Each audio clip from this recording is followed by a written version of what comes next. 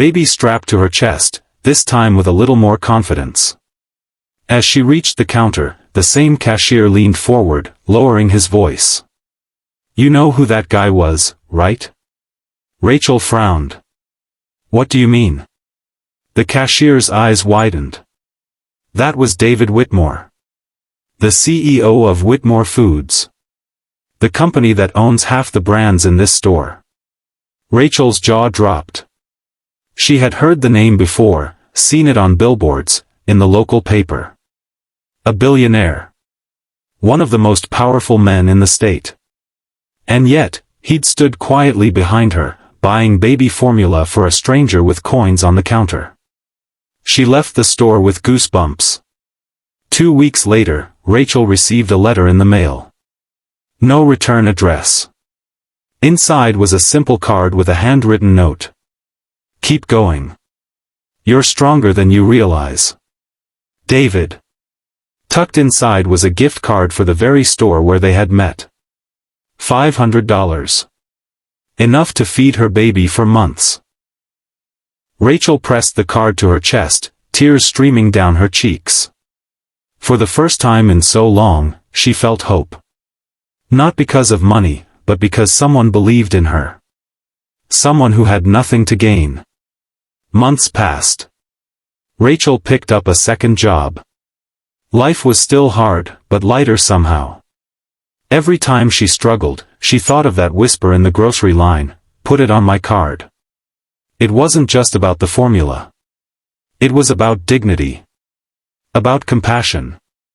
About the reminder that humanity still existed in the smallest, quietest gestures. And though she never saw David again, she carried his kindness forward. One day, standing in the same checkout line, Rachel noticed a young boy digging through his pockets, trying to pay for a loaf of bread with nickels. His face flushed with shame. Without a second thought, Rachel stepped forward, placing her own card on the counter. She leaned in and whispered, her voice steady, warm, and calm. The fluorescent lights of the small-town grocery store buzzed faintly above, casting a pale glow over the checkout line. At the very end of that line stood a young woman, hair pulled into a messy bun, dark circles under her tired eyes, and a baby fussing softly in her arms.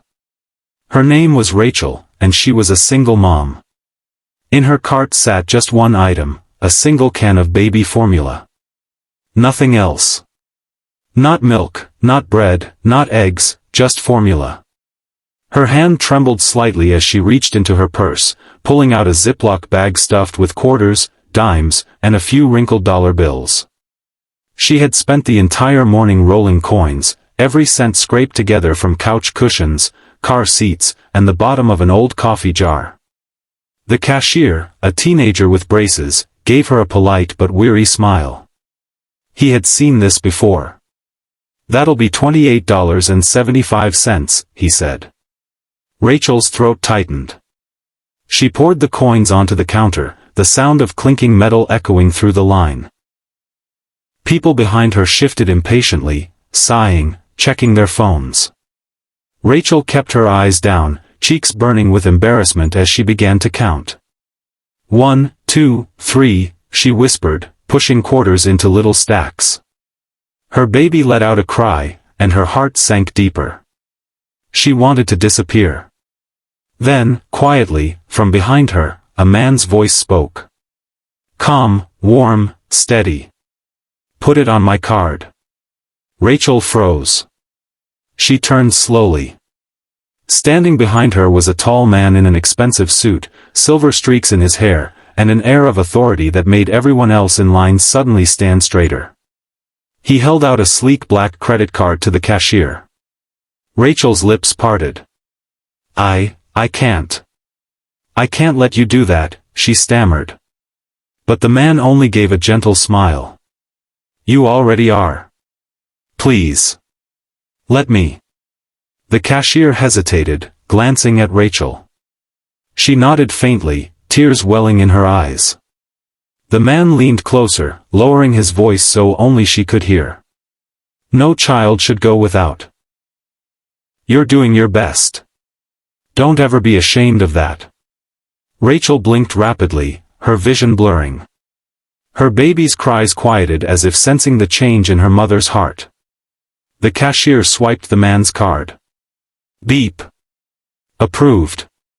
Just like that, the burden lifted. Rachel's hands shook as she picked up the can of formula. "Thank you," she whispered. Her voice cracked. "I don't even know your name." The man smiled kindly. "Name's David. That's all you need to know."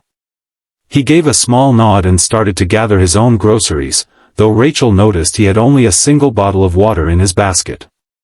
Strange, she thought. She left the store in a daze, clutching the formula like it was gold.